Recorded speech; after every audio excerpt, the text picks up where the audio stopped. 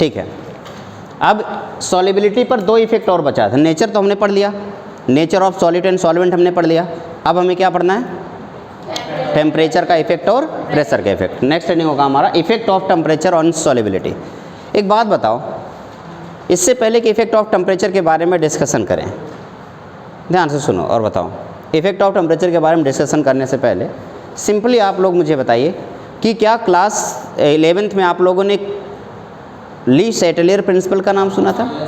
Okay, ली सेटेलियर principal क्या कहता है कि अगर टेम्परेचर बढ़ाओगे तो रिएक्शन फॉरवर्ड डायरेक्शन में जाएगा, ये बैकवर्ड डायरेक्शन में। ये डिपेंड करेगा कि रिएक्शन का नेचर क्या है, वो एंडोथर्मिक है या एक्जोथर्मिक। अगर एक्जोथर्मिक है तो प्रोसेस टेम्परेचर को बढ़ाने पे बैकवर्ड चला जाएगा, और अगर एंडोथर्मिक है तो टेम्परेचर बढ़ाने पे फॉरवर्ड जाएगा। यही तो हुआ, ये पढ़ा है ना? सेम यही काम इसमें भी है। एक बात बताओ, जैसे ठंडे पानी में आप सॉल्ट डिजॉल्व करते हो, वो डिजॉल्व होता है क्या? लेकिन अगर उसी पानी को गर्म कर देते हो तो वो, इसका मतलब सॉल्युबिलिटी टेम्परेचर के डायरेक्टली प्रोपोर्शनल है। लेकिन एक प्रॉब्लम है, जैसे कैल्शियम कार्बोनेट को अगर पानी में डिजॉल्व करने की कोशिश कर रहे हो तो उस टाइम पे अगर आपने पानी को गर्म कर दिया तो वो कम डिजॉल्व होगा। क्यों? क्योंकि कैल्शियम कार्बोनेट वाटर में डालने पे कैसा प्रोसेस हो करता है? एक्जोथर्मिक, वो एनर्जी रिलीज करता है। दुनिया में सारी चीज़ें ठंडे पानी में पकती हैं? नहीं, एक चीज़ सिर्फ है जो ठंडे पानी में पकती है, वो है कैल्शियम कार्बोनेट। बाकी सारी चीज़ें गर्म पानी में पकती हैं। लेकिन बिहेवियर गर्म रखना ज़रूरी नहीं है। अच्छा, बिहेवियर के गर्म रखने का मतलब क्या हुआ? यानी कि प्रोसेस हमेशा एक्जोथर्मिक हो, ये ज़रूरी नहीं है। इंसान को भी ऐसा करना चाहिए। जैसे आप लोगों का नेचर अच्छा नेचर है, आप में से कुछ लोग हमेशा गुस्से में रहते हैं, कोई है क्या? कोई नहीं है ना? आप हमेशा गुस्से में रहते हो, इसका मतलब आपका बिहेवियर एक्जोथर्मिक है। आप हमेशा एनर्जी रिलीज किए पड़े हो। जितना ज़्यादा गुस्सा करोगे आपकी एनर्जी उतनी ज़्यादा रिलीज होती रहेगी, आप उतने ज़्यादा फ्रस्ट्रेट रहोगे, इरिटेट रहोगे। लेकिन ज़्यादा अच्छा होना भी बुरी बात है ना? आप लोगों ने देखा होगा, जितने सीधे पेड़ होते हैं वो जल्दी काटे जाते हैं। जब मैं रामलीला खेलता था तो रामलीला खेलते समय परशुराम और लक्ष्मण का एक संवाद था। आपने सुना होगा, पर लक्ष्मण बेचारे एकदम मार धड़ाधड़ परशुराम की एकदम धराशायी कर दिए थे, एकदम डायलॉग बोल बोल के। उसमें राम जब बीच में आए थे एकदम मीठे स्वभाव से, तब जाकर के एक वर्ड परशुराम ने बोला था कि जो ज़्यादा मीठा होता है वो अपना नाश कराता है। अब राम को बोला था उन्होंने, जो ज़्यादा मीठा होता है वो अपना नाश कराता है। देखो इस मीठे गन्ने को कोल्ही मुँह पे आ जाता है। कोल्हू जानते हो? जो ज़्यादा मीठा होता है वो अपना नाश कराता है, देखो इस मीठे गन्ने को कोल्हू में पेरा जाता है। तो गन्ना मीठा होता है इसलिए उसे कोल्हू में पेरा जाता है ना? दातून नीम की लकड़ी को कभी कोल्हू में पेरते हुए देखा है? नहीं, वो कड़वा होता है। लेकिन इतना भी ज़्यादा कड़वा ना हो कि उसे दातून समझ के लोग खाएं। तो इंसान को इक्विलिब्रियम में रहना चाहिए, यानी कि ना ज़्यादा कड़वा ना ज़्यादा मीठा। समय आने पर आपको अपना बिहेवियर बदल देना चाहिए, समय के साथ चलना चाहिए, लेकिन ज़्यादा मीठा और ज़्यादा कड़वा नहीं होना चाहिए। जब मैं solubility of effect of temperature की बात कर रहा हूँ तो हमें ये ज़रूर बात करनी चाहिए कि प्रोसेस एक्जोथर्मिक है या endothermic. For exothermic process, for exothermic process, मान लो कोई प्रोसेस एक्जोथर्मिक है, जैसे A2 + B2, A2 + B2 gives 2AB। A2 B2 मिलकर क्या बना रहा? 2AB। तो ये प्रोसेस क्या है? एक्जोथर्मिक। क्यों? क्योंकि मैंने बोला था जब दो पार्टिकल एक दूसरे के पास आते हैं, कॉम्बिनेशन प्रोसेस कोई भी हो, कैसा होगा? एक्जोथर्मिक। नाइट्रोजन और ऑक्सीजन को छोड़ करके सारे कॉम्बिनेशन हमेशा एक्जोथर्मिक होते हैं, यानी कि डेल्टा H, या हीट लिख दो, कोई बात नहीं। अगर मैं इसके हीट को बढ़ाऊंगा तो रिएक्शन फॉरवर्ड डायरेक्शन में जाएगा ना, यानी A और B की सॉल्युबिलिटी क्या करेगी? डिक्रीज कर जाएगी। यानी कि इस केस में आप कहेंगे कि solubility is inversely proportional to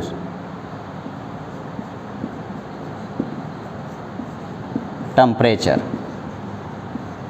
solubility is inversely proportional to temperature. दूसरा, फॉर एंडोथर्मिक प्रोसेस,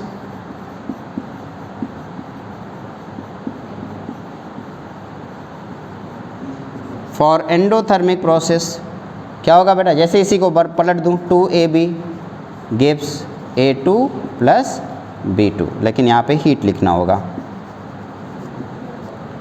तो इस केस में क्या होगा, solubility is directly proportional to temperature, solubility is inversely proportional to temperature and solubility is directly proportional to temperature। Clear है ना? Okay जैसे the solubility of calcium carbonate temperature की inversely होगा या डायरेक्टली होगा? इन्वर्सली। क्यों? क्योंकि कैल्शियम कार्बोनेट सॉल्यूशन एक्जोथर्मिक होता है। एसिड इन वाटर एक्जोथर्मिक होता है, तो ठंडे पानी में एसिड जल्दी डिजॉल्व होगा, गर्म पानी में मुश्किल से, इन्वर्सली होगा। सॉल्ट इन वाटर एंडोथर्मिक होता है, तो टेम्परेचर बढ़ाने पे सॉल्युबिलिटी बढ़ जाएगी, डायरेक्टली प्रोपोर्शनल। क्लियर है ना? ओके दूसरा है effect of pressure on solubility.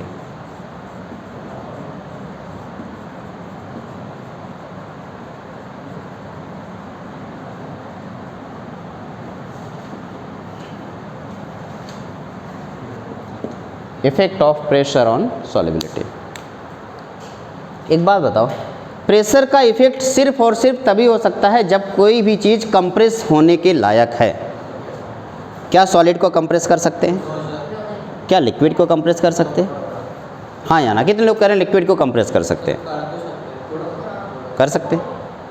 अगर लिक्विड को कंप्रेस कर सकते हैं तो एक छोटे से पानी के बॉटल में एकदम कंप्रेस कर करके आप ढेर सारा पानी लेके आते हैं और मस्त एकदम दिन भर पीते रहते हैं।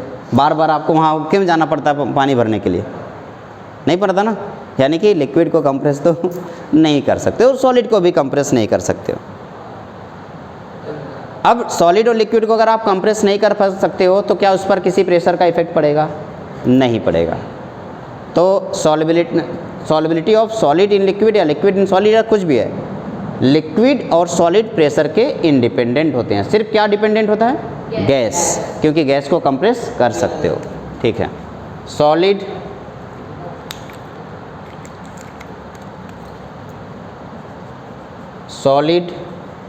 And liquids are independent on pressure of pressure. Solid and liquid are independent of pressure. Okay, thank you. तो solid and liquid are independent of pressure.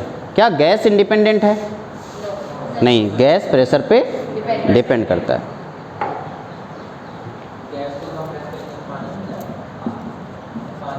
Gas is dependent of pressure. अब एक बात बताओ, सिंपली सुनना, अगर मैं कहूँ solubility of solid in solid, बताओ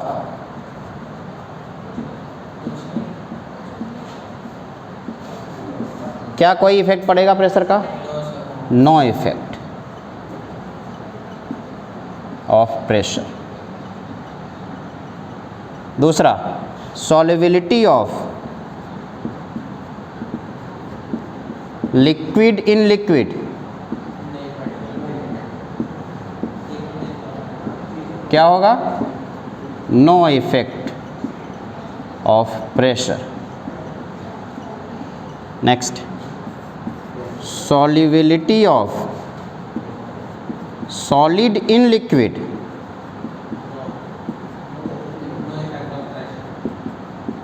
नो इफेक्ट ऑफ प्रेशर।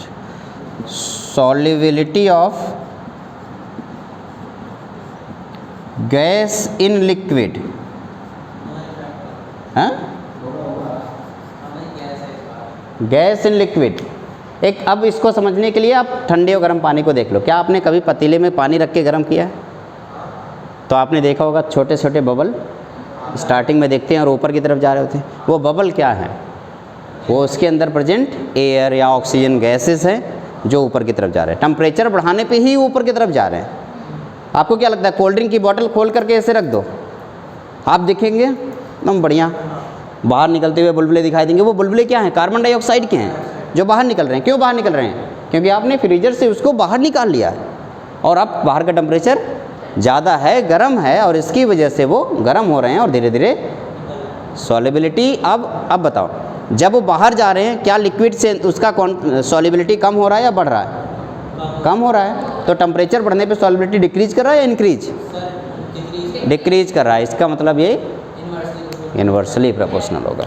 तो solubility of gas and liquid is inversely proportional to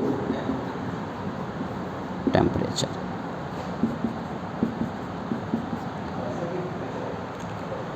temperature नहीं, प्रेशर होगा।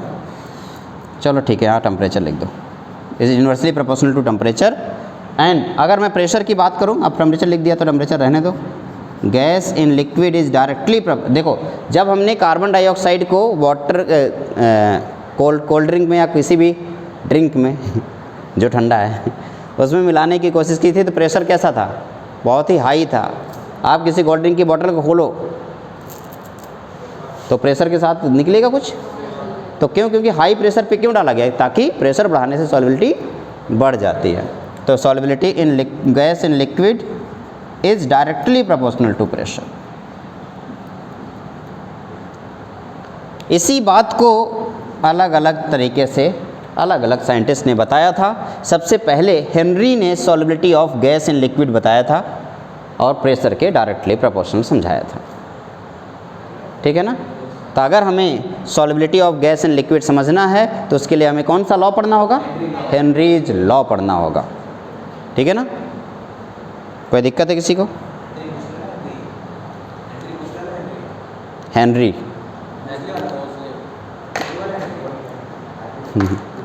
वो दूसरा है।